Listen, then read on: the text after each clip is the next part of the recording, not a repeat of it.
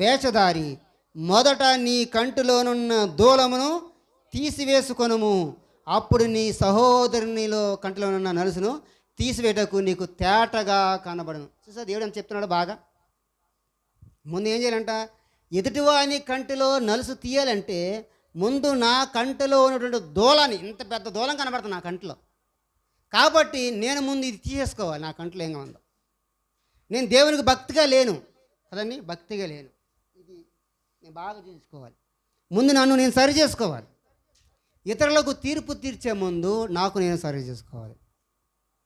చెప్పండి, ఈ రోజున బాప్తీసం తీసుకుంటున్నారు, దేవునికి బలార్థం సమర్పిస్తున్నారు, కానీ మరలా లోకంలో కలిసిపోతున్నారు. బాప్తీసం తీసుకుంటున్నాం, సినిమాలకు వెళ్ళిపోతున్నారు. బాప్తీసం తీసుకుంటున్నారు, లోకంలో కలిసిపోతున్నారు. బాప్తీసం తీసుకుంటున్నారు, అన్ని ఆచారాలకు వెళ్ళిపోయారు. ఇవన్నీ దేవునికి విరుద్ధమేగా? చెప్పండి, ఇవన్నీ దేవునికి విరుద్ధమే. మళ్ళీ ఎవరికి తీర్పు తీస్తాం? మళ్ళీ దేవునికే తీర్పు తీస్తాం. ప్రభు అని రక్షణ పొందినని ఎవరికి తీర్పు తీస్తే? మళ్ళీ దేవుడికే. మన కంట్లోనేమో పెద్ద దూలం ఉంది, మళ్ళీ ఎదుడైన కంట్లో ఏం చేస్తాం చెప్పండి?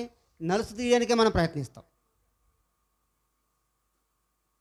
మనము మారు మనసు పొందిన తర్వాత, రక్షించబడిన తర్వాత మరలా ఈ లోక సంబంధమైనటువంటి ఆచారాలు ఇంకా చేయకూడదు. మనం లోకం ఇంకా మనం మునక్కూడదు. ఎందుకంటే లోకం ఎలాంటిది చెప్పండి? ఇందాక మన కీర్తన చదువుకున్నాం కదా, 2వ కీర్తన. చెప్పండి, ఎంతకాలము నా గౌరవమును అవమానంగా మార్చెదరు. చెప్పండి, ఎంతకాలము అబద్ధమును వెతికెదరు.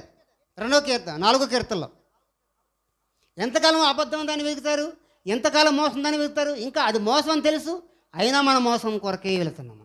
అది అబద్ధం అని తెలుసు, అయినా అబద్ధం అనే వెళ్తూ ఉంటాం కదండి.